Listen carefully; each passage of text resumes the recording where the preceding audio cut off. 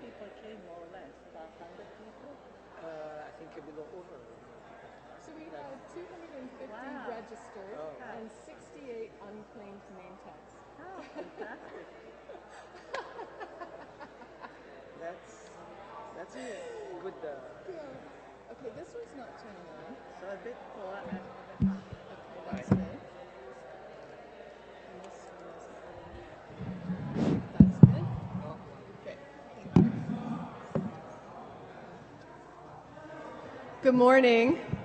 We're just getting ready to start. We're not going to start quite yet as people are still making their way forward. But what I'd like to do is ask if you could all move forward so that we could eliminate some of the empty space between us. And maybe those in the back could come up so that the people in the middle can stay where they are. And just fill, yeah, thank you. Thank you for leading the charge.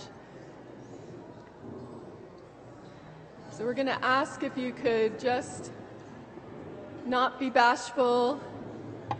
Come on up where we can see you. This will also help us with our Q&A and passing of the mic. This will help a great deal. Thank you.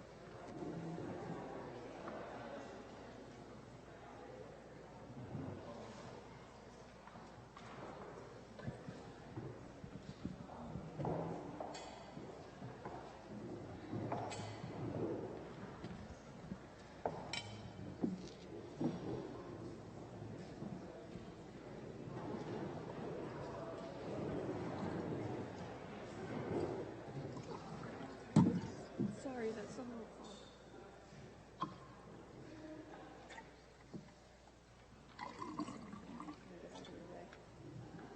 want you to know that your class is very full. I see it. Be careful. Maybe I could get in this. That's okay. You're okay? I'll do it.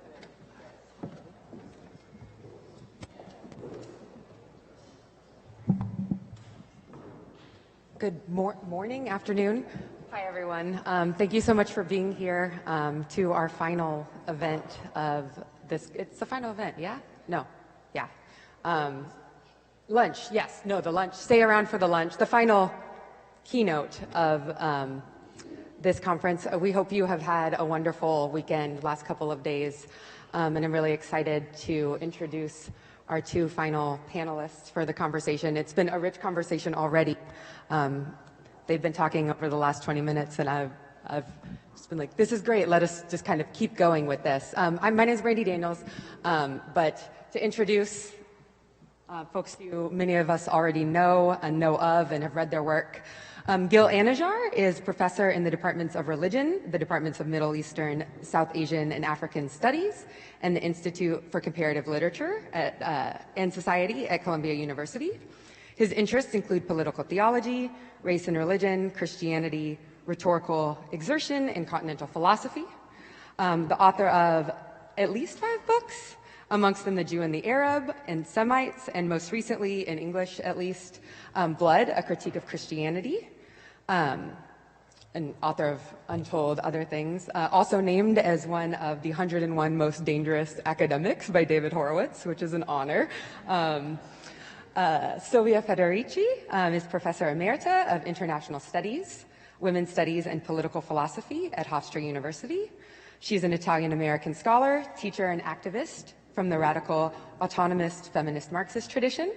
the author of at least 6 books in English, amongst them Wages Against Housework, The Caliban and the Witch, and Re-Enchanting the World, Feminism and the Politics of the Common, also the author of Untold articles. Silvia Federici has worked as a teacher in Nigeria for many years and is the co-founder of the Committee for Academic Freedom in Africa, also the co-founder of the International Feminist Collective and organizer of the International Wages for Housework campaign. I thought this conversation was particularly apt. It's Halloween is coming up soon, and we're talking with folks who have done things on blood and witches. In light of this wonderful conference we have, we're going to have a great conversation about kind of the state of the field and what political theology is and what it can do or what it does and how to contend with kind of the place of political theology in the academy and in the public sphere today. So I will stop talking and let you listen to them. They're both going to talk for about 10 to 12 minutes. And then have a conversation between them that I'll try to help just field and guide, and then open it up for conversation with all of us. So without further ado.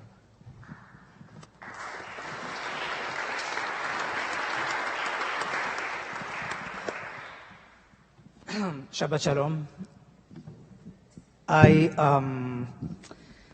I'm very happy to be here.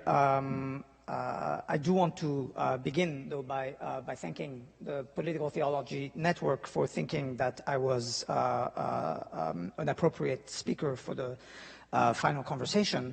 And I want to thank in particular Andrea White, obviously, Vincent Lloyd, and absolutely. Vincent Lloyd and Winfield Goodwin, who continue to impress me. I also want to say that I'm deeply, deeply honored to share the stage with Silvia Federici, whose Caliban and the Witch and Re-Enchanting the World are, among other publications, have really, really impressed me. I should say, for the sake of honesty, that until I was announced that I was going to be in conversation with Silvia, I had not read Re-Enchanting the World. In a kind of marathon, I've been reading it over the past few days, and it's been amazing. And so for those of you who haven't looked at it, part of me just wants to say, I'm going to shut up now and maybe ask Silvia to talk about this book, and maybe that's what I'll end up doing, but I don't want to completely be silent, because of congenital and professional inability to do that. We thought, since Silvia wasn't able to be here over the past 2 days, that that my remarks might do something like give my sense, however unjust, given that obviously I haven't attended all the panels. No one could have, since they were going on at the same times. But given the panels that I was able to attend, to give something like a summary of sort, or of an account of sort. And I will say that I'm deeply skeptical of fields and disciplines, however formatted by them I am myself, of course, of institutional gatherings. And one of the reasons for that is because I worry about their conatus. I worry about the persistence, the inclination to persist in their beings of institutional frames, the moment where whatever impetus there might be becomes institutionalized and established, may enable conversation, that's where I'm going now, may enable conversation, but may also restrict them simply by virtue of perdurance, of continuing. But I will also say that I am very grateful, and a few people have said that, and German Ross Adam actually was speaking to us yesterday about transgenerational conversations. I was telling him how happy I was that he mentioned the word transgenerational without using the word trauma afterwards, but rather transgenerational conversations might be a way to think, and the kinds of conversation that happen in the political theology network, the friendship and complicity and synergy that I have found, and I even go so far as to mention some names again: Andrea White, obviously, Vincent and Dana Lloyd, Catherine Keller, Beatrice Marowich, Jermaine Ross Allen, Desmond Coleman, Winfield Goodwin. I'm singling you out because the conversations that we have been having for a while now are very important to me.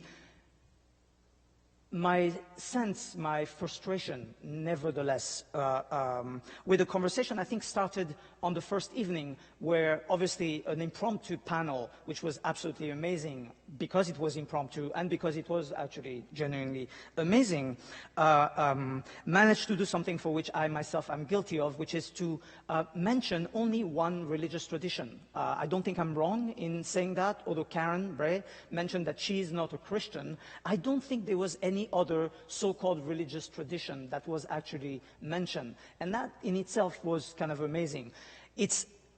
I'm certainly not going to disagree with the notion that we must think about Christianity, and as some of you know, I don't think Christianity is a religion, or if it is the only one and there are no others, and we should not call any other tradition religions. But more productively, to think that Christianity is a religion is actually the worst kind of essentialism. Christianity is not a religion, it is political theology. It is also the distinction between oikonomia and government. It is in fact an apparatus that involves a transformation of the world in a large way. And the fact that we think of it as a theological tradition, as a religion, in fact, is one of the most significant sleight of hands that could have happened. Which would be why, aside from the fact that I do think that in a moment like this, and some of the difficulty has to do with the possibility of defining the urgency, and Silvia and I were already talking about the fact that to name the enemy capitalism is an imperative and an urgency that is undeniable, at the same time as capitalism doesn't do quite all the job if one doesn't understand that capitalism is also a racial regime. And many of us are still doing the work that is necessary. I'll include myself, may not be fair, still doing the work that is necessary to understand under capitalism a racial regime, right? And that the division of race and religion, for example, which is also something where work continues to have to be done, may or may not be subsumed under that name. We also have, of course, colonialism, right? We also have modernity, colonial modernity. Is there another kind? I don't think so. But even in that moment, the term that we use in order to understand what it is that we are struggling against is a problem. And so the difficulty I have, and perhaps that is one way for me to summarize what it is that I've heard, is the eagerness, on the one hand, to globalize political theology, to talk about political theology as if it is, in fact, some kind of universal, not just an entryway, but rather even a descriptive, right? And you all know those huge volumes on political theologies that will tell you about the political theology of Bali. And I think that something might be lost after we have learned how much the dissemination and the translation, the globalization of religion by Tal al-Assad, by Tomoko Masuzawa, by Gistrumza, and a few others, after we've learned of the imperialist dimension of that globalization, we take political theology and we just send it out in the world everywhere. And that lack of worry about the translatability of political theology is one of my frustration, and I took it, again, I don't want at all to be unfair to the opening panel, but I took it that the fact that Islam, in a moment like today, was not mentioned by name. Islam and Muslims, Islamophobia, were not mentioned in an opening conversation on political theology. I take it to be symptomatic, even if it is absolutely not a justified criticism of any of the speakers that were on the panel. I just want to be clear, yes? But that involved the questions as well. On the other hand, and again, to give you my sense, and I'll finish with that, of what many of the conversations have been. And just now in a panel on journalism, political activism, and anti-war, the necessity of being Americanocentric is absolutely clear. The asymmetric power of the United States as a cipher for capitalism is absolutely undeniable, for capitalism, for modernity, for diplomacy, even though that word, of course, as you know, doesn't mean anything by now, especially if you've read Trump's letter to Erdogan. But nonetheless, for the presence of the UN and the World Bank and the IMF in this country requires a kind of Americanocentrism. At the same time, America is not America. I don't need to tell anyone here. And yet, so much of the conversation was still Americanocentric in, I felt, the wrong or the limited sense of the term. Not to recognize that America is the world, that it has taken over the world, right? The conversation about Hong Kong yesterday, as about the Arab Spring. Is this an American intervention already or not? Without, of course, denying agency, but I continue to be amazed by how much agency we continue to grant ourselves at the same time as we recognize how powerless we are, at the same time as we, of course, don't want to be completely tragic and not recognize that we are without agency, but nonetheless to recognize that our agency has been so fundamentally curtailed by colonialism, modernity, capitalism, Christianity, however we want to name it. And so the question of what it means to criticize America, to give it another name, is to me a question. And again, the Americanocentric, and I know none of you deserve the pseudo-critique that I'm articulating now, and nonetheless, it's a worry, right? So the globalization, the translatability of political theology, at the same time as the notion that we must talk about America, not because it is everywhere, but because it is here. And it's the fact that it's here that I'm not so certain about, and what it might mean to grant that it is not. I'll just finish with the fact that one of the things that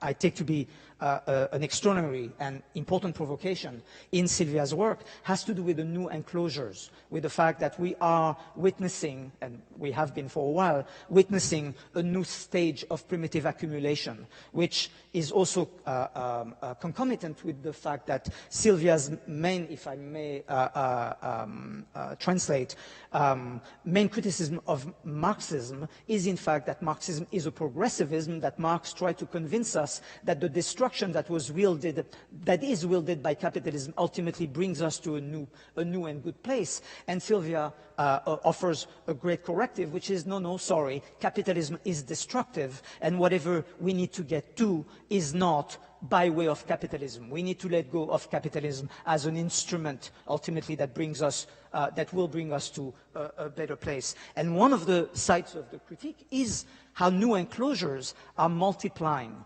And I think new enclosures, and again, that will be a translation, new enclosures are a much better expression than an expression that otherwise I have adopted since conversations about the election, namely echo chambers.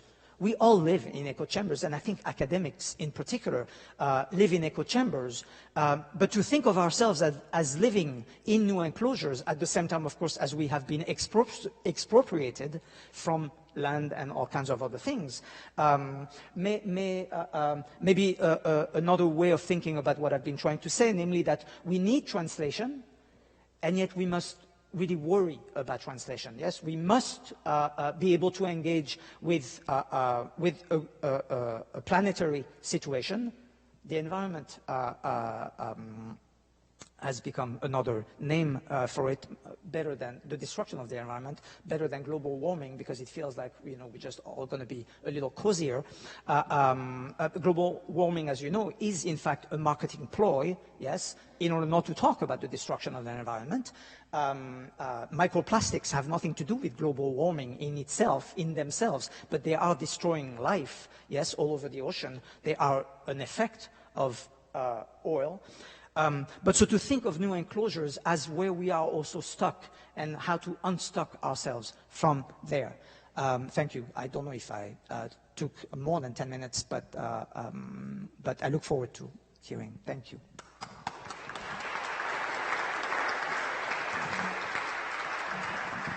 Yes, this one. Good morning, and thank you first of all to Vincent Lloyd for inviting me to this gathering.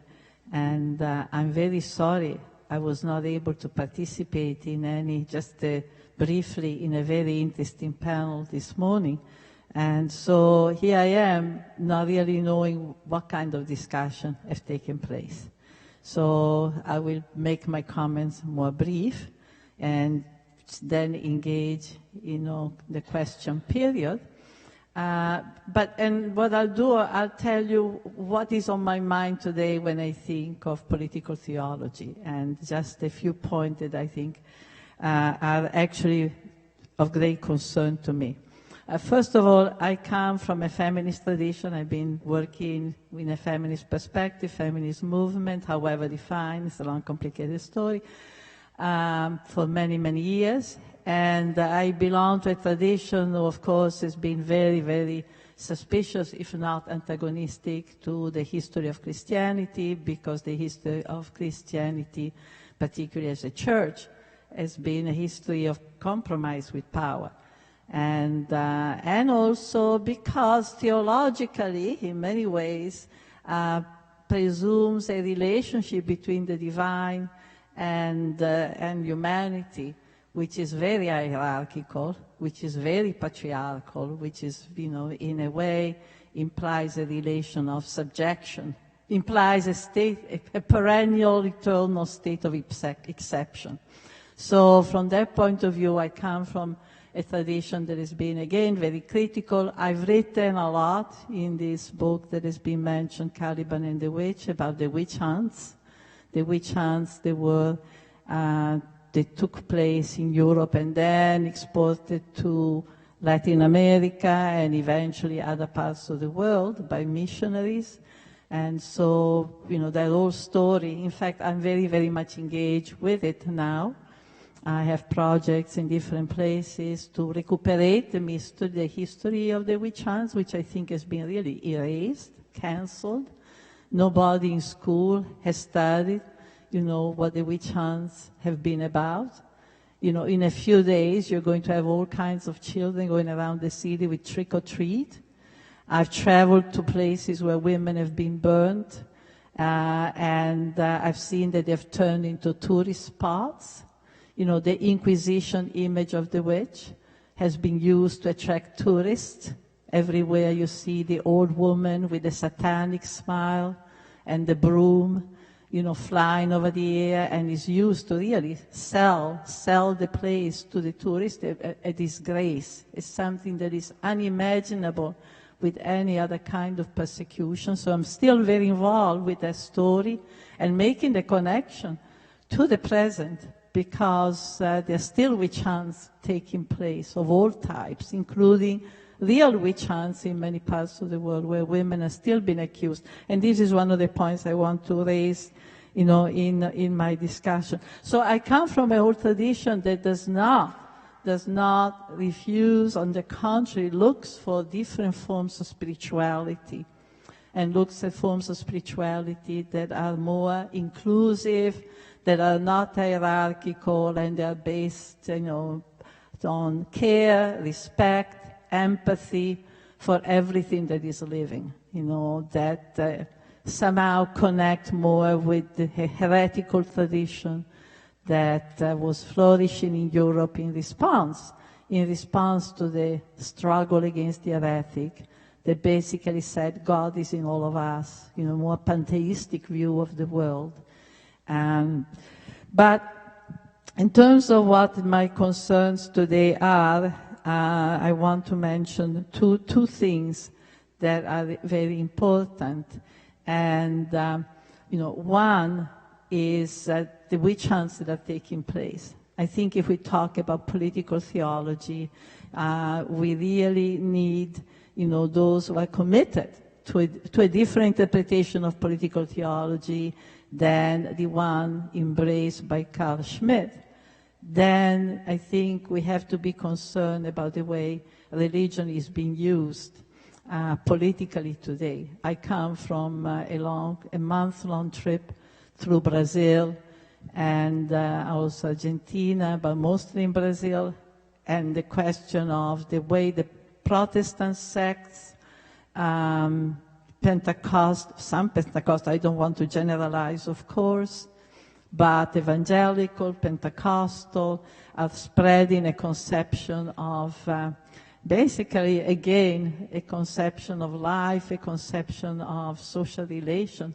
that is very, very destructive, that, in fact, is fomenting, attacks on women in particular, but not only, and, legitimizing the right of the state, to adopt very repressive social politics and to extend its control over the body of women. This is also taking place in Africa.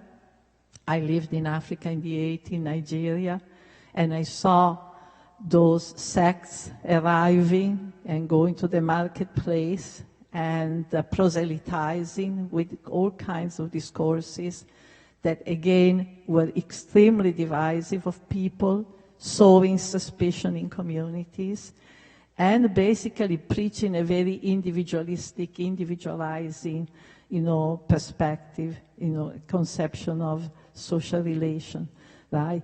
In fact, very much part. In fact, at that time, it was clear that their message was very much part of the new enclosure, right? The attack on communitarian relation, and again, introducing into religious discourse the theme of the devil, the theme of a satanic conspiracy, and as with very, very murderous consequences. So I would really encourage,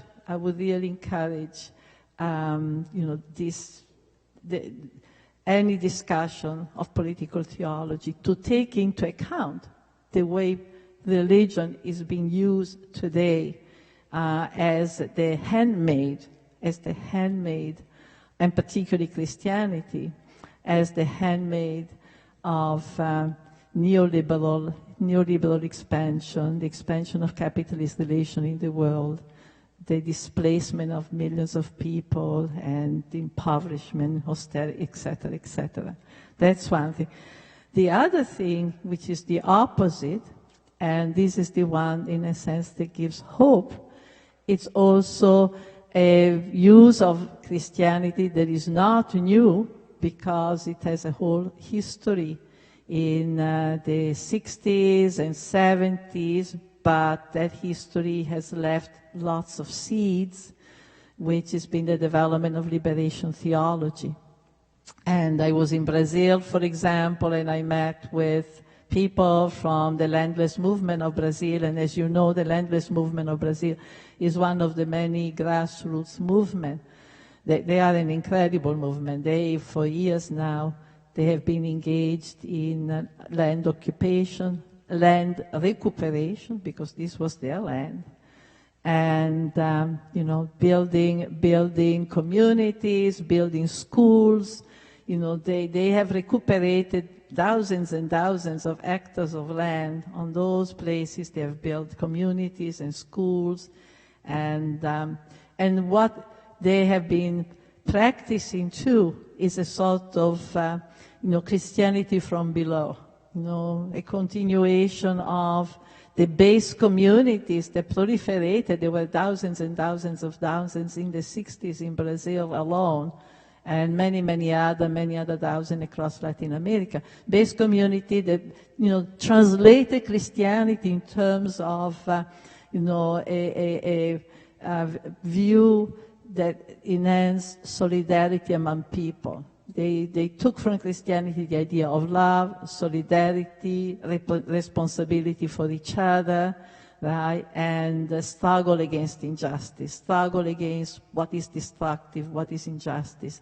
And so they really politicized Christianity. It was a political theology, but very different from, of course, the theology that is being practiced by the Vatican and other Christian institutions.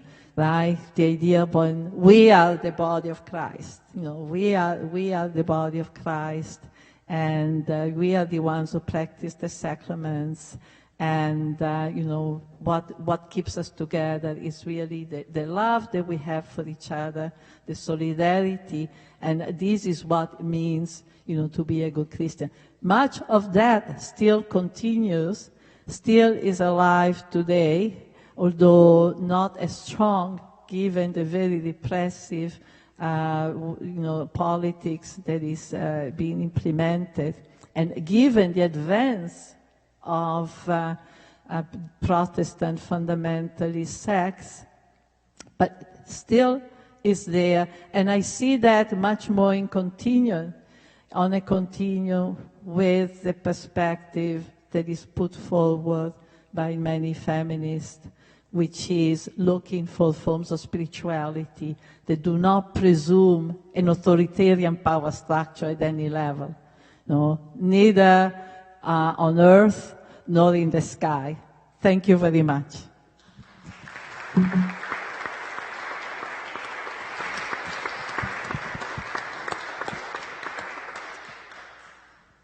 I already have a lot of questions, and I know you all probably do as well. But first, I want to give you both a chance to talk a little bit amongst yourselves, continue the conversation you've been having.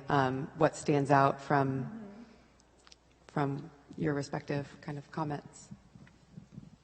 Well, so one of the questions that came up again earlier in the panel on anti-war activism was about an understanding, self-understanding of the oppressed. The way you talked about religion in both of the points that you made, the instrumentalization of religion, the compromise with power, and one could argue that there's been more than a compromise, there's also been an exercise of power. In other words, the church, and not only the church, but again, let's call it Christianity for now, has exercised power in, as I like to remind people, in the Middle Ages, it's not just the Pope that was a Christian, the Emperor was also a Christian. And so Christianity is the Pope and the Emperor, not just the Pope, not just the so-called religious people. And so in the exercise of power, one does not understand religion as just an instrument, but rather as and I said religion, I meant Christianity. Christianity is a form of power, right? And in the second point that you made, religion, spirituality, liberation theology is a possible resource. At the same time, and perhaps my question has more to do with Caliban and the witch, the importance and the insistence on the connection that you make between women, the destruction of witches as a destruction of the social power of women, and primitive accumulation, the transformation of structures of power. One can also, and again, there's some simplification at work in suggesting that race very much appears in your analysis, but more marginally. No. One could read your work as foregrounding the violence perpetrated against women, as opposed to the other violence that you're equally interested in, which is the violence perpetrated by capitalism, the domination perpetrated by capitalism, for which the subject, right, the collective, would not be called women, although women occupy a particular place in that economy. And what you say about reproduction and the way in which Marxism does not take into account the accumulation that is reproductive labor is, of course, very much to the point. But the possibility for collectives to recognize themselves at the bottom, as it were, as the true oppressed, is, to my mind, one of the ways in which new enclosures are articulated. And I'm wondering whether, whether you can speak to that. What happens when, by way of an understanding which may or may not be Marxist, but often is, one enters into a debate as to what the subject of domination is. The question I'm asking is probably just a question of solidarity, but you offer something else than solidarity. You offer an understanding whereby the violence against women is very much part of a process of primitive accumulation. In other words, we must understand the social function of capitalism by way of women as a subject of domination and violence. What happens when other subjects come in, either with a similar understanding, the obvious one is the proletariat, but another would be race, and particularly the black race, or you know, to go closer to my home, the Jews. The Jews as the ultimate victim of eternal anti-Semitism. In other words, where one engage in what is otherwise called as a competition of victim, and something that can produce what do you offer us to think otherwise about the subject of domination, of the oppressed, not in fact as new enclosures, but as a possibility for solidarity. And I agree with you, actually, that race is not marginal in your work, but one could understand that by focusing on witches, you give precedence to sexual violence as opposed to others. I'm glad you disagree. No. No, read the book again.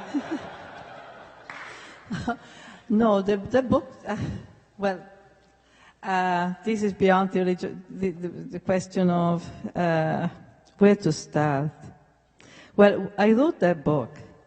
I wrote that book because I was involved in a women's movement, and we were trying to understand the roots of women's oppression, exploitation, you know, coming, all of us, or the people I was working with, the women I was working with, from a kind of leftist, generally Marxist, but perspective. And so we were looking for understanding, examining our position, and then we started looking at the sacred books, and we didn't find anything that could explain, because the sacred books never, I meant by Marx Capital, I didn't mean the Bible.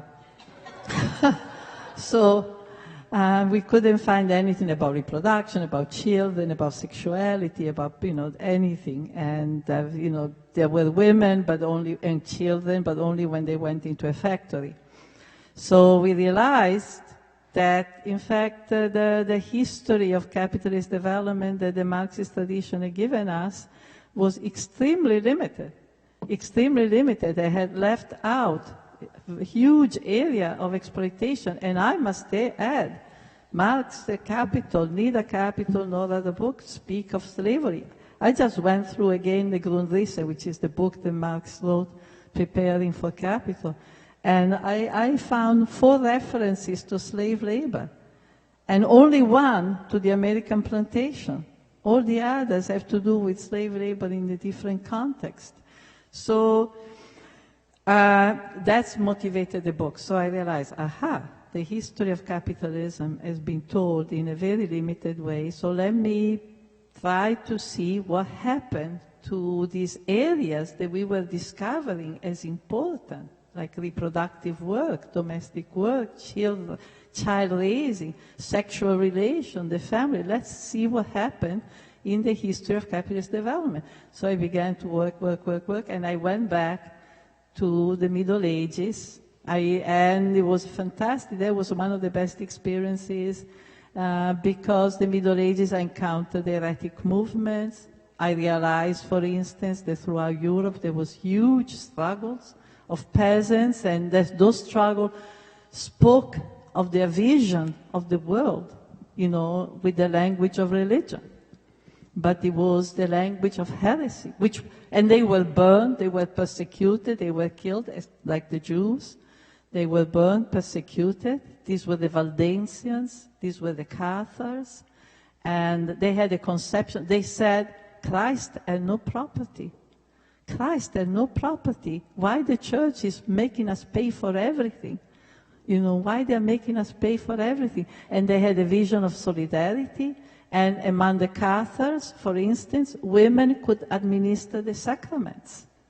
And among the Valdensians, even today in Italy, which is where I come from, there are churches, Valdensian churches. Some of my friends, I have a woman who is my friend, who is a minister in a Valdensian church. So a very different conception of what religion is. And then, in doing this work, in going through the century, I encountered the witch hunts. And I realized that the witch hunts, I always heard about witches, but as probably many people on this planet, they thought the witches were legendary creatures. They didn't know that thousands and thousands of women were arrested, tortured in the most brutal way. I mean, I spent nights I couldn't sleep, reading what they'd done to them by men of the church, as well as men of the state. And I read what the demonologists wrote about women, right? There was an extension, always quoting the Bible, Eve, the one who brings evil into the world. And they had a whole story about why women are more easily seduced by the devil than men. It's because women are really not truly human. They are not reasonable, they are dominated by their passion, they are instinctually uncontrollable, they are so lusty that they copulate with it. I mean, an incredible story, a war against women. And I realized, looking at the chronology, looking at the context, this is the time of the beginning of the slave trade. This is the time when the peasantry was being expelled from their lands in Europe. This is the time of the conquest of America. And I realized, well, these witch hunts are part and parcel of the foundation of the modern capitalist system. And of course, there's all kinds of racist element, in the iconography of the witch, The devil is the black man. I mean, all kinds of things. So it's not. And then I looked. The book ends with looking at the intersection of all these processes, in Latin America, and with population that were being colonized and enslaved. So in fact, there's quite a bit of race. But more to the point, one of the themes of the book is that capitalism is not only production of exploitation and production of, but it's production of scarcity, which I think is very important and not enough realized, but it's production of these inequalities. This is why you have a system that is fundamentally unjust, that has brought misery, and a displacement, impoverishment to millions of people across the century, world wars, massacre, extermination. This is why it can sustain itself, because it's been very effective in creating, hierarchies and divisions, so that those who have been the victims of it have found it much more difficult not only much more difficult to unite, but in some cases, some have been used to dominate the others. Men dominate women, white to dominate blacks, etc., etc. So the whole issue of subverting racism and sexism, that to me are not something else from capitalism. Racism and sexism are really structural, not structural elements only, but structural necessities of capitalism. Because they allow for a whole division of labor, for a particular type of division of labor that has been very instrumental in, incrementing the accumulation of capital. So this is the vision in the book. And of course, religion is through and through and through, all through the book, because religion, you're right, absolutely right. It's been the exercise of power. I come from Italy, and I know the Vatican was a power. They had a lot of the Italian territory. The Vatican had armies. There were popes, they were at the head of armies. And it was only with the unification of Italy that the Vatican was reduced to a small piece of land. But before, they had a huge amount of land. They covered, the Vatican State was quite a good part of central Italy was the Vatican State. And it was as much of a power as many others. So, yes, the issue of race is as important as the issue of sex, but these are not separate issues. These are not separate issues. These are really different forms of exploitation that unfortunately have been organized in such a way as to, foment division. But that's the struggle. I think that's the struggle that we're all in, right? To reunite what this society has divided. So can I ask a question? And then I'll see if you have, no, this is fantastic. See if you have anything you'd like to ask and open it up to you all. One of the things I'm struck by, I mean, you mentioned the thing of like the subversion from within, and Gil, I love the way you kind of name on the one hand, the critique of the kind of the potentialities for universalizing and the way Christianity has universalized itself and the importance of localization, but how to do that localizing without creating new enclosures in ways that reproduce the same. And I guess one of the things I'm wondering about is what to do there. And one of the things, as someone who grew up in and is a part of this thing that calls itself Christianity, right? And not only this thing that it calls itself Christianity, but this thing that calls itself Christian theology, what that means from the inside, whatever that means, right? And what I'm curious to hear more about, and I love the language of translation, like the need for it and the worries about it. And I'm curious I would love to hear if you all have any thoughts about navigating that tension between subversion and destruction, which is obviously a conversation that is not a new one, but I hear that tension in the conversation already and how to do that. Not that that's something we can do and then fix, but how to hold in that space. Because one of the things that strikes me about, I think there is very much a tendency towards, but I think what does it mean for those of us, again, in this thing that calls itself this tradition, to reckon with that history, how to do that internal critical work, while at the same time not reproducing yeah.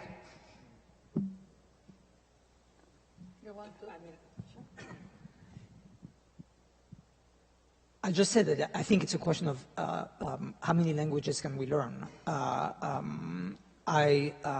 It does seem to me increasingly imperative that we become, and of course that's one of the powerful dimensions of Marxism, that we become conversant in the language of economy, right now in the language of finance. Now, as with every language learning, part of the problem is how well do you speak it, and in both sense of the term. If you speak it too well, then it starts speaking you. If you don't speak it well enough, then you cannot engage with it. I think that's why I remain close. I mean, that's one of the reasons I remain close to Derrida. The necessity of translation has to be connected to the impossibility of translation. But aside from the language of finance, which I think we have to learn, and it seems to me from within Christianity, and I think the only piece of autobiographical writing I have produced is the one that is called Why I'm Such a Good Christian, which is also why I started by saying Shabbat Shalom, because there is a problem, yes, there is a question of how much of me is a Christian, good or bad, yes. That is the question. And how many languages does a Christian, and it is a problem to constantly think of individuals, I believe in those less and less, how many languages to learn. I do want to say that another way of asking the question I was asking you quite badly, yes, and I take your disagreement, I take the point, is how do we think about Islam? The fact that there are concentration camps in China, in India, in the United States, that are targeting Muslims. And Muslims, if I may refer again to the conversation yesterday and to Desmond Coleman paper, who was insisting on the very important distinction between blackness and the black body politic. In other words, between people and whatever is produced in order to govern or destroy them. And in this case, Islam does double duty. But the globalization of Islamophobia today calls for an analysis that I do not know yet a language. Political theology has done a lot of work for me in trying to understand, right? After the king's two bodies, I tried to suggest that the enemies has two bodies as well, the Jew and the Muslim, that body being divided as well between race and religion. But I'm not satisfied. In other words, it's not enough as an analysis. And so the question of some urgency today would be, what is Islam? To quote the title of an important book, what is Islam that it has become a global problem, right? And where to put that in all the other enclosures, new enclosures, whereby certain kinds of violences are recognized, other kinds of violences are not recognized. And so one language to learn, and I think it's a French scholar, Dubuisson, who says, what if instead of talking about religions, we talked about different kinds of dharmas? Right? What if we just use that term instead? What would happen? Right? If we used a foreign word, and I'm not necessarily advocating this, as you know, translation, again, possible, impossible. It's amazing how in some conversation everybody has the Abrahamic God, but then in some conversation we have to talk about Allah. Right? It's amazing how some people wear veils and then suddenly some people wear hijab. And the non-translation of the term, of course, is part of both an incorporation and exclusion. But the translation is not less problematic, yes? Because to say we all have the same God is a nice idea, but it doesn't always work. And it does work that we may not want to have done. So again, translation possible and impossible. And we need to learn all kinds of languages, and perhaps we need to let go of our language. Having tried, not entirely succeeded, to stop speaking one of the colonial languages I inherited, you know, to the extent my experience speaks to anything, it's hard. But to divest oneself of one's language might be one way to start as an exercise in translation, and to find oneself translated in a different language. I like to joke that once the IMF, the UN, and the World Bank are relocated to Tehran, then maybe we can stop speaking about the West. Because until then, I do think that the integrity of the Christian West is somehow buttressed by institutional forces.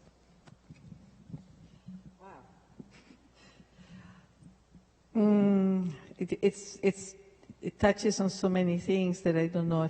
First of all, I don't talk about the West. I don't think we should talk about the West. I edited a book called Enduring Western Civilization, which was a critique of the idea that there is such a thing as the West. If we look at the map of the world, we see that there is no such a thing as the West. and, except relatively speaking. So the West is really a political concept. Actually, Columbia University was very much responsible for cooking up the idea of the West. Around World War I, they introduced a famous course on Western civilization. I think it was one of the first courses on Western civilization, which had to do with basically building anti-communism and also explaining why the United States would be involved in Europe in the war, etc., etc. And there's really no concept of the West until the 19th century, and it's a really politically constructed concept. They usually, had to do with empire, with the building of empire, and then the West came to be a kind of euphemism for capitalism, right? And then it was anti-Bolshevik, etc., etc. So I suggest let's not talk about the West. But all I want to say here is that locality is very important. And the issue of translation. I think it's very important to figure out that I want to use here a slogan that I've become very attached to. It's a slogan by the Zapatista communities in Chiapas, where they say, one no, many yeses. One no, many yeses. One no is no to injustice, no to exploitation. No, that's the universal. That's the universal. The universal, we generalize in terms of, deciding what is not acceptable. Many yeses mean the human beings on this planet have so many history of struggle, geographical position, history of social reality transformation, culture. So there are so many ways to implement the good life, to implement a society that is not based on destruction, human exploitation. There are many, many ways that have to do with culture, with languages, and so on. And that's, of course, not only is acceptable, but it's necessary. And to have a universalizing conception of what a good society could be, it would be disastrous. But then there are some universal, no to human oppression, no to exploitation. That should be the only one. I want to say something about Islam. First of all, there are many Islams. There's not one Islam. There's a whole work by feminists, from Egypt to Africa, and I know a lot of women who are working on Islam to show how much of what is being said is Islam is not really Islam. And then, of course, the whole issue of Islamophobia and what Islam means for the United States State Department. And I think it means petroleum. That, the way the fight against Islam has been used politically to, extend U.S. power over the Middle East. I think that might sound like a little crude, but I think there's a lot to it. That Islamophobia is not really an attack on a religion. It's an instrument for exerting exploitation, demonizing entire populations, who in fact would have claim to the wealth produced on their soil, have a claim to the wealth produced on their soil, and instead the wealth has now over and over and over been robbed from them. So that's the Islam. And then, of course, there's the Islamic fundamentalism, which is a new form of fundamentalism that I think is being produced for political purposes by higher up in the Islamic State. And, this is the one that many feminists are rejecting. They are saying this has nothing to do with what some of the best of Islam has been really about. I'll stop here. Should we open it up? Here, I'm waiting for the mic to run. Karen? Thank you. Hi, this question's for Professor Federici. I'm David, a student here at Union. You mentioned your recent trip to Brazil. Yes. I'm curious to hear your thoughts on the synod taking place currently, in the Vatican, the Synod of Bishops on the Amazon region, and the relationship between, on the one hand, a church that sees itself possibly as a counterweight to Bolsonaro and political violence in indigenous communities, and on the other, is itself hierarchical and has a history of that very same violence against those communities. Okay, so maybe we should pick up a few more.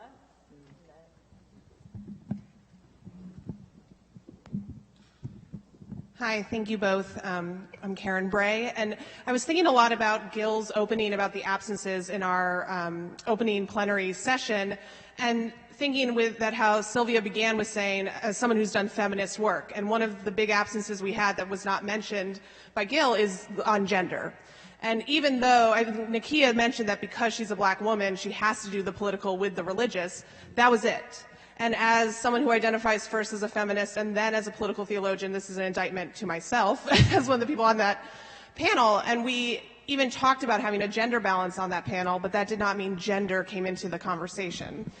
So, you know, if religion and Christianity and modernity are all racial ideologies, they're obviously all gender ideologies as well. And yet that does not seem to be the frame in which we began this conference. At some of the other panels, it definitely came up, but not in this large frame the way race and capitalism and colonialism have. And so I guess my question is, my fear from the opening plenary that I expressed, which is I'm not sure the frame of political theology can ever be fully decolonized of its whiteness and Christianity. We could add masculinity to that as well. And this is sort of a question for the panelists, but also for everyone in this room. If political theology is itself a new enclosure, does it also mean that we have to closet off some of ourselves to have proper access to that new enclosure? So last night we were talking about, can you be a feminist and a political theologian, or why should a feminist be a political theologian? And as someone who identifies as both, I had not a good answer to that. So I just want to raise that for the room to think about.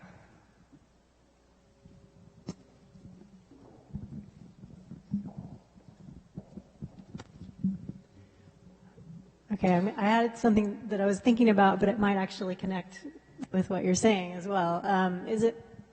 The first thing I'll say is it possible that political theology actually allows for an expansion of theorizing that might possibly be more inclusive and really push toward more intersectionality? That's open, but so I'm going to try to answer that maybe a little bit, but then pose it back as a question to you all, particularly Dr. Federici. So I've been playing with a theory. I've been putting your work and the work of social reproduction feminists in conversation with something that I got from womanist theorist Katie Cannon, where she drew on Marxian theory and history to look at, to really argue back at race being a labor category that developed in the course of colonialism. And so social reproduction feminism tries to, look at one social ontology, both materially and ideologically. And so I've been playing with that. So I've been taking liberties with what you did with your history in Caliban and the Witch and trying to tease out theoretically, and I think this might get to some of what you're saying, that maybe there are these categories that the witch is, yes, it is a sex category and a gender category, but it's also a political category because it's a rebel. It is a thing or a person who refuses to be conquered, at least initially. And so it becomes evil, it becomes demonized, and you referred to many times the fact that early on that category was associated with blackness, by the church, by the medieval church. And so I'm wondering if it's possible to kind of tease out these, maybe like the docile laborer versus the rebel, and that those categories then become easily applied in any situation that is useful to capitalism, essentially. And so that you can divide people that way, you can divide ethnicities, you can divide even among women, you can do all kinds of things with those categories.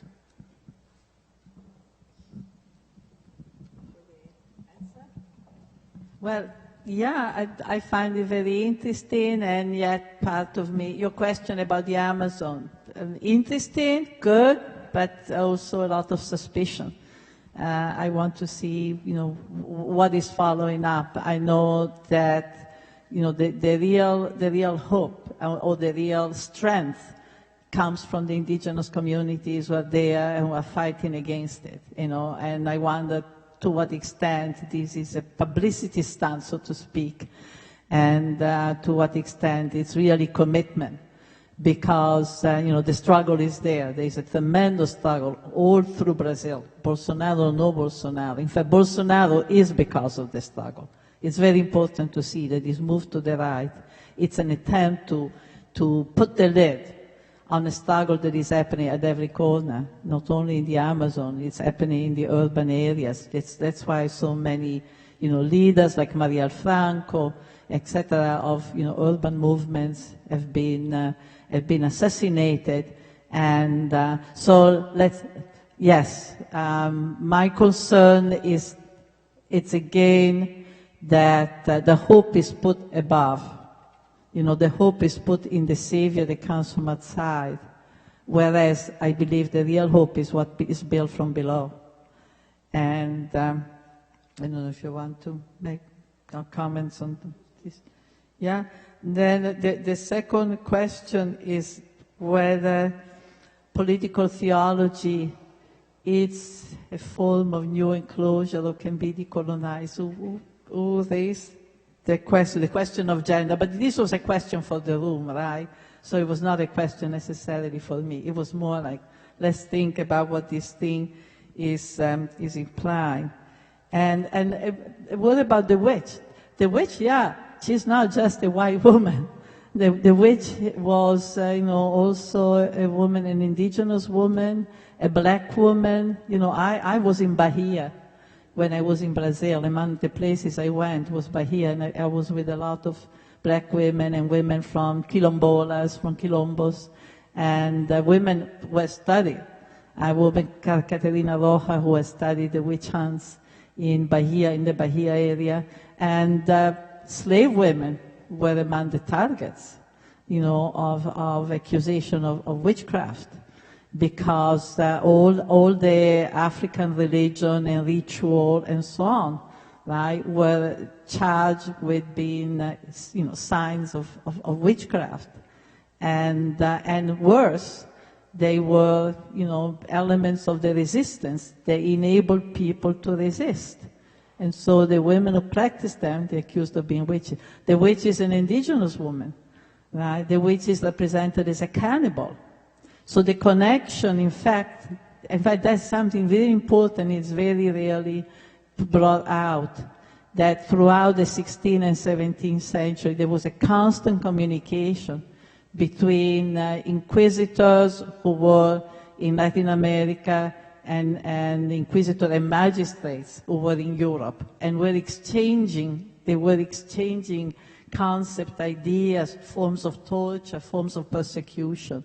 And so you find that the witch in Europe is represented as a cannibal, right? Which is really taken from the whole lore of the imperial conquest of Latin America. Yeah, I did reply to the Amazon. Yeah. Oh, there was another thing. Sorry. Yeah, quickly that, race and gender and so on for me are labor category, are political category. No, they're nothing to do with biology, obviously, but it's just important to say that. And they represent particular form of exploitation, particular form. And I think that all the intersectionality has been a very powerful concept because it has allowed to realize that you don't just add up different forms of oppression, but you always have a new reality. Oh, you're right, you have it.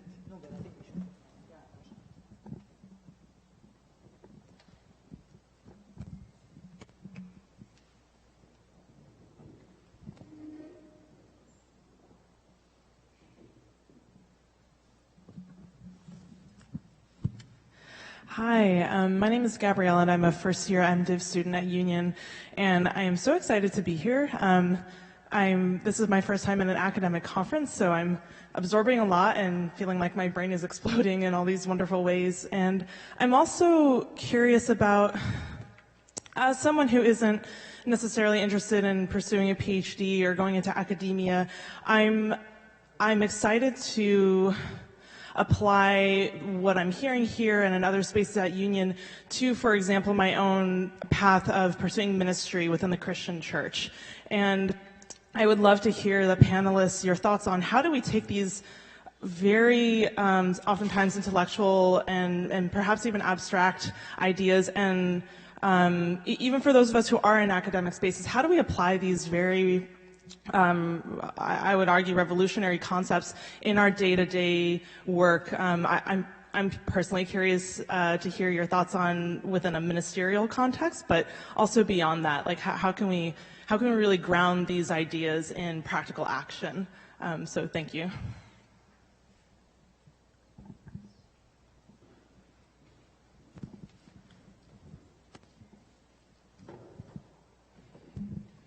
Hi, Alex Dubele. Thank you.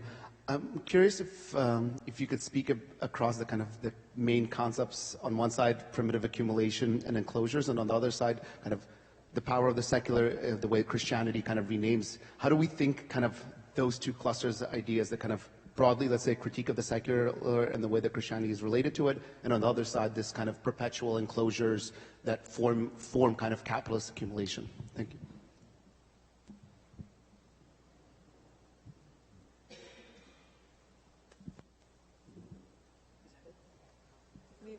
Any other questions? Okay. I'll answer the first and you answer the second. I can only tell you what I'm doing, and you know, that because it's big, depending on where you are and depending, and you know, your situation. And right now I'm involved with a group of women in New York, and we are looking into the relationship between the new forms of violence against women and the great rise of violence against women. And when I mean women, I mean all women, including trans women, women or trans who identify themselves as women. So not in an exclusive way, but on the contrary. And the new forms of organization of work and capitalist accumulation, how the economic intersects with these new forms of violence, because this is the area, not because it's the only area or the most important, but because it's the area that we can speak to more powerfully, because it's more related to our experience, which is, I think, my methodology. And one of the things that we are looking at, for example, is there is a whole process now taking place in the United States, which is criminalizing pregnancy for women who are racialized, Afro-descendant, or immigrant, Latina, or don't have many economic resources, poor women, what is called generally poor. I don't like the word poor because is a naturalizing word. Let's say impoverished women. So there is a criminalization. I think the few people are aware of it. Most are aware of all the restrictions that have been placed on abortion, and the fact that abortion is the big, and I agree, is very important. What is not being understood is that as a woman here in New York, a national health advocate, Lynn Paltrow, put it. Today, if you are poor, if you are black, if you are Latina, and you decide to have a child, you put yourself outside of the Constitution, because you become vulnerable to all kinds of charges that would be unthinkable in terms of other persons. You know, like women have been arrested for being in a car accident, and telling the police that they were pregnant. Right? Telling the police they were pregnant, they were arrested because they put the fetus in danger. So the whole question, which in fact intersects with religion, right, about the fetus, the rights of the fetus. Of course, we know that once the fetus becomes a child, once the child is born, nobody cares for the child. They only care for the fetus as long as it stays in the belly of the woman. But they're using the rights of fetuses now to accuse women who are not, of course, women who have, power, who have some social power, right? But they're using it as a form, I say, as a form of sterilization, as a form of deciding who can reproduce and who cannot reproduce. So that is something that, it's a very, very important, it's a part of the life and death struggle in life and death decision making, that in fact this society, this government, these politicians, are, doing. Who is allowed to live, who should die? Who is allowed to live, who should be incarcerated? Who is allowed to live, who should pass a life of misery? So there's a tremendous amount of work to be done. I think you have to find your place and to see what kind of struggle you can speak best to. We cannot speak to all struggle. We cannot speak to all forms of exploitation. But we have to speak from what we know, which doesn't mean that we do not connect with other people. But we have to speak to the ones where we can be most powerful because it connects with our own experience. That's it. I'm grateful for the question about abstraction because I suppose one of the reasons why I'm in this line of work is because I've never understood the difference between abstract and concrete. If I call this a table, am I being concrete or am I being abstract? It's not a table, yes? It's this. At which point am I abstracting too much? Of course, I'm the last person to give you any advice as to how to be practical. That is absolutely the case. Though the practice which I'm still having difficulties identifying with, namely the fact that I stand in something that is called a classroom and what is taking place is supposed to be called teaching, but what concerns me more is whether any learning happens and whether it could actually be my fault or my responsibility, and I'm not clear on that. But one thing that does happen is to the extent that I teach something, I suppose I teach reading, which, as Silvia mentioned earlier, I do quite badly. Which is also one reason why I tell my students that they should read everything they read a few hundred times. And having read Caliban and the Witch only a few times, I recognize that it is not enough. Having said that, because I'm interested in reading as a practice, which is not necessarily a communicative practice, and that's part of the problem, I'm interested in translation. I'm also interested in the fact that certain words are used. Now, is it concrete to speak about immigration, as it has become the norm in Europe, certainly since about 1979? Is it concrete to speak about Muslims in Europe, the same people that before 1979 and certainly before 1989 were actually called migrant workers? The same people who were never welcome to be integrated and which once they were designated as Muslims in 1979, hopefully you know why I'm mentioning those dates, and 1989, were then identified as Muslims and as people who refused to integrate. And what is the nature of those words, those concrete words or not concrete words, ideal, abstract, whatever? I don't know. I don't know. We all talk about immigration, and of course there's good reason for that, but we also seem to all think that it is a problem. Or at least there's enough people who have been convinced that it is a problem. The problem is immigration. The way you hear people say, the problem is religion. I actually think the problem are corporations, but you know, that's just me. And then maybe to go back to the question on capitalism and primitive accumulation and the secular, I recognize that categories, as it were, call them abstractions. I, again, don't think that that's what they are, because they have institutional effects. They have truth effect, concrete effects, do not map easily onto each other. Right? Someone earlier, at this panel earlier today, said we all agree that "thou shalt not kill" is a principle that we all claim to believe in, and that's true, yes. But of course, in order not to kill, in order to agree on that principle, we can also agree to advocate capital punishment for those who do. And part of the problem is, what does it mean to, in fact, agree on the principle? What does it mean to actually speak concretely about something that is otherwise considered an abstraction, like a principle? And translation is my only answer, and of course it's not an answer. But the categories don't map onto each other.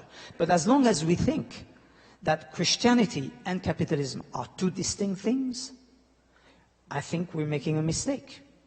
Now, how to do the work to demonstrate that mistake, not to mention the practicalities of explaining that, you know, having tried my hand at it and being still convinced that I am not the greatest of communicators, all I can say is that I don't think I've succeeded. But, you know, fail, try again, you know, I can go on, I go on.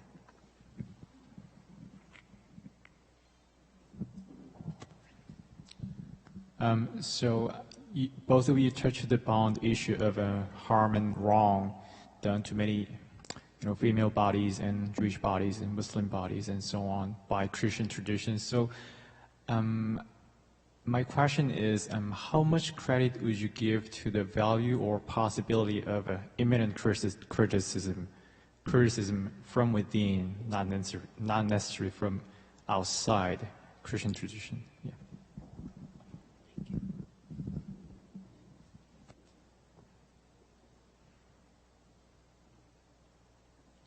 They might be hungry. Any more questions? Okay. Thank you both so much. I'm really grateful for everything you've been saying. I wonder if you could maybe talk a bit more about this relationship between participating in different kinds of material struggles. You mentioned this earlier, Silvia, Federici, and Gil Anidjar too. You have this attention to the concrete, and that motivates these reflections. And I'm just curious maybe to hear a little bit more about that interplay between the motivations of looking at things on the ground, political problems, problems of people being enclosed, etc., and what that means for going back into these different archives that you've both mined, both the archives of Marx and finding what is or is not there, the archives of Christian tradition and other traditions to see what's there and not there too. So yeah, if you could just say something more about how these two relate, seeing these struggles on the ground and also that reflective work of theorizing what it might mean to engage those struggles, you know, with these tools that you have. And just to follow up on that conversation, is there a possibility to consider the theorizing itself concrete, rather than the concrete and the abstract being something separate? I think there's always a relationship, and I think that comes through in Marx more than anyone else. To throw another one onto the pile, how do we think about discussing traditions that are not Christianity if Christianity is linked to capitalism and linked to coloniality, which is total, right? So, like, I guess I'm just having difficulty conceptualizing how to speak of anything without, like, you know, getting away from Christianity.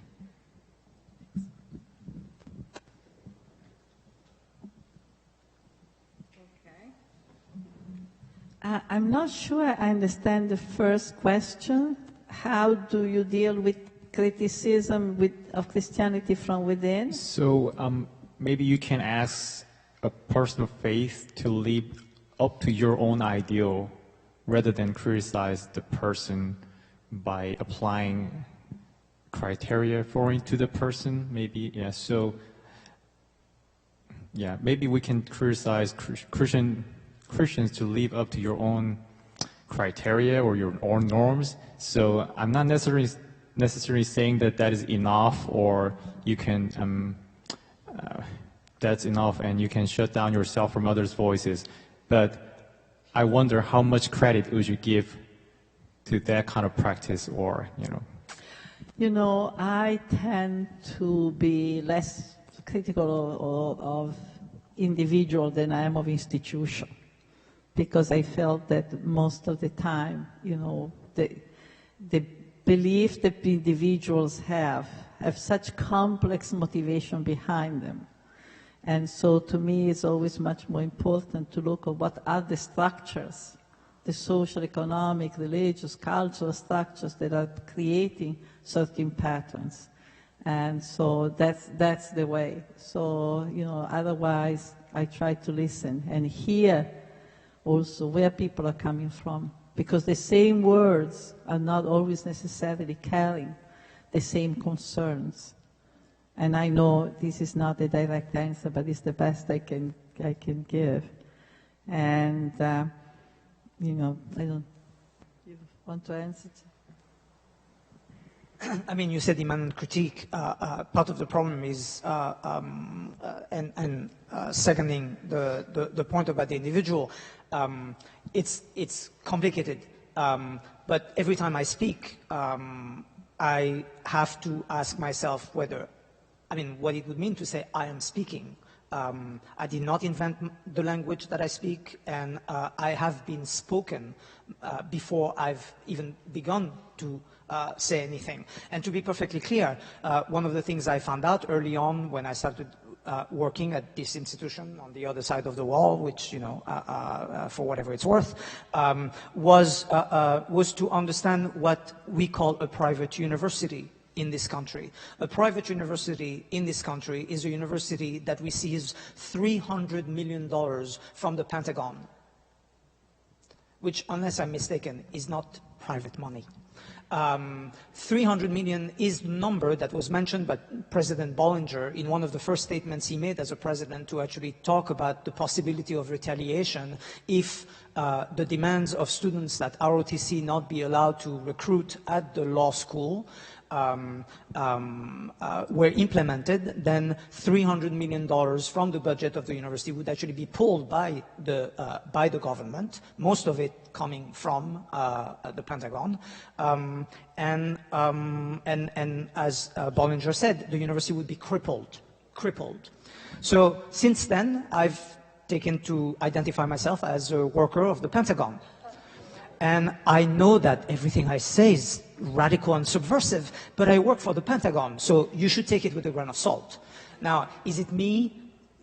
Should I do a mea culpa every morning? Yes, no, I don't know. But the problem is, what does it mean to be spoken through and to be given a stage? So immanent critique, the reason why I said I'm such a good Christian, is because I wish I could say I am not. Right? But I don't know. And so that's where I am. I'm losing track of the questions. There's one about archives, and that one is particularly important for me because I'm really into the story of archives right now. You know, yeah, I think it's very. I mentioned before that I'm involved in this project of recuperating the history of the witch hunt, and after this happened with women in Spain, after we took some trips to these towns and we saw the way the witch hunts were represented and the way they were used, right, we decided, okay, we got to do something. And one we did was to create a number. We decided to do history from below, and I've been creating a number of study groups and women going to their localities, and particularly Catalonia, Basque Country, and there was another place near Asturias, where they had persecution, and they go to the archives and they take out the document and they look at them. And that has already been very powerful. We had a meeting in March, where the first meeting of all the study groups, and it was very powerful because, you know, women who had walked their children on a square, they didn't know that on that square women had been burned. And who were these women? And just mentioning the names. Right? And then the connection, of course, with the present. What did the persecution mean? What happened because those women were killed? And the connection with what is happening today. So I think that archival work connects directly, very, very, very directly. We're already seeing that with political practice, you know, and just following on this, theorizing is, to me, very concrete. It's putting things together. When we are together and we're analyzing our experience, we're analyzing what is happening, what are the issues of debt, for example. So many people now have debt. There's the national debt, which has consequences for your life, and then there's your individual debt. Why we have that now? How to speak in those experiences? That's theorizing, so that's really important. There's another question, but you know, you want to add something on the archives and theorizing. Yeah, I mean, it's an accurate word, archive, but I do worry because my historians, colleagues, certainly don't think that what I do has anything to do with any legitimate archive. And part of my struggle against the historical profession is the universal, actually imperial claim. And different disciplines make different imperial claims. History has been particularly successful. Like, go tell someone that there's something that does not belong to history. I'm always surprised that religion hasn't actually managed to say, we were there when the Big Bang happened. We are, in fact, in charge of everything. We should talk about everything. Much better than the historians ever could, because they think, you know, I mean, I don't even know what it is they think. Yes, theorization is concrete and it's important work, but it needs to make sense. And what I was saying about language is that it often feels that we are, and I'll speak again from the institutional place where I am located, that we are kind of museum pieces. You know, as you know, there were indigenous people that were put in museums alive, yes, and I without comparing too much, but I do think that we are museum pieces. And the question of what possibilities for those of us who look into archives, whatever those archives are, to present ourselves as something else than museum pieces is part of the difficulty, the corridors of communication. I mean, I know all of you are activists, but I can't claim that, and some of the paths of communication have been broken before I was even taught jargon. Okay, then there was a question about how to connecting with traditions that are not Christianity. Well, I think you connect, you know, I think you connect by, well, I am already beyond Christianity, so for me, I'm open to other traditions as I'm open to hear what people who are from Christianity have to say. But it seems to me that this is part of being able to communicate from people who come from different experiences. And I think if you're not committed to using other people, if you're not committed to exploiting other people, and you know, you can only look to other people as a wealth, as a form of enrichment, I think this is one of the struggles. At this moment now, we live in a society with a tremendous amount of effort and money and energy is being employed to make people think that they are little islands and they should be little islands and they should build walls around themselves and think of their interests. Think of their interests first, because other people are a danger. You know, you cannot trust them, and or they will hurt you in some way or the other. And I think that this is really a program that you know, has been part of the DNA of a capitalist society, because if you convince people that they are alone, that they are a small island without walls and without windows, then it's much more easy to defeat them, right? I mean, what is happening now in Latin America has been very, very inspirational. you know, enchanting the world. The second part of the book is very much inspired by a lot of what I've seen both in Africa and in Latin America, which is the building of new forms of communalism, often by people who have been pushed out of their ancestral land. You know, from the rural area, they go to the periphery of town, take over land, take over territory, they build houses, they build everything. And women are very, very crucial to that process. And, you know, they can do that. They can do that because they know the power of collective work and the power of collective relation. If they were alone, they know that being alone, of course there's a whole indigenous tradition, right? More than in any other parts of the world, I think the indigenous tradition of communalism is still somewhat alive. There are still many communal lands in Latin America. But there's also realization that if you are alone, you are defeated. You know, you are defeated, you have nothing. But together, you can also, you know, build, and there is a whole new social fabric that is being reconstructed. New forms of reproduction, collective kitchen, urban garden, you know, places where children can be given a glass of milk, popular assembly where decision-making about one's life can be made collectively. All of that is happening. Support groups, support network, it's very powerful. And of course, they're up against you know, tremendous forces, you know, like not only the Bolsonaro, but I mean, the United States is now supporting all the most repressive government in Latin America. But the response is there. The response is there. And I think the question of collectivity is really crucial. And not only in Latin America, here too. I've been in so many places where we pass around the mic. Quickly, maybe? I mean, I can just say one thing about other traditions, and I hope I don't sound too reductive that when I speak about translation, I'm not being only linguistic. But nonetheless, to continue with the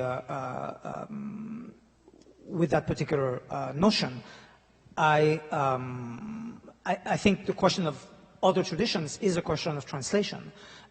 It is also a question of where should one speak. I mean, Silvia's point is absolutely correct. One cannot simply speak, we, whoever that we is in this case, cannot simply speak amongst ourselves.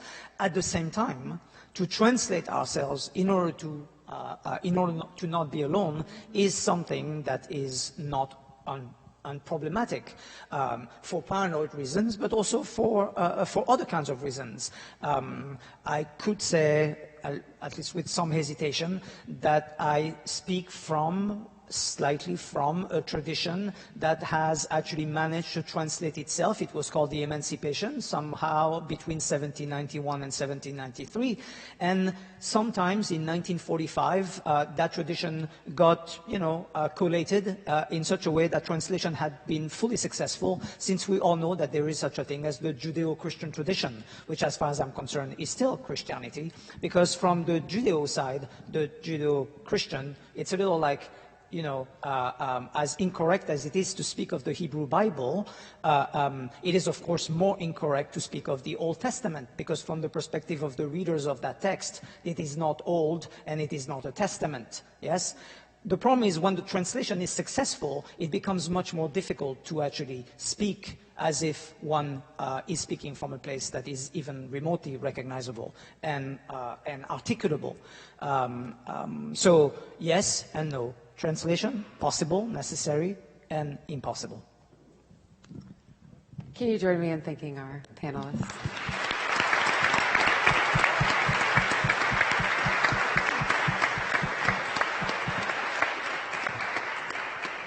I know there was much more to talk about, but hopefully folks can continue talking at lunch. At lunch, I'm going to hand this over to Roberto now to explain. Hi, everyone. Thank you. And thank you, Brandy, for moderating such a great conversation. My name is Roberto Servent, and I'm helping organize the lunch portion of our Saturday together.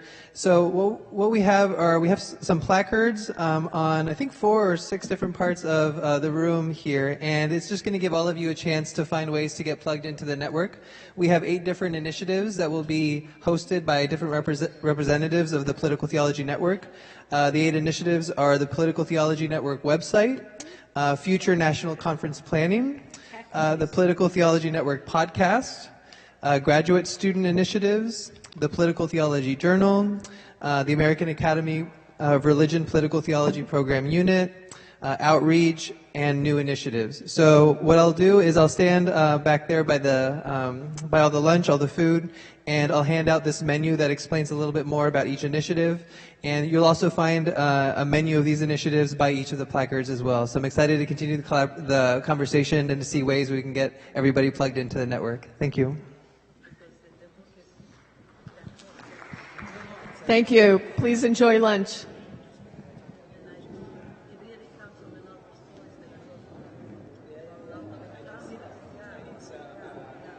But it's, and I mean, I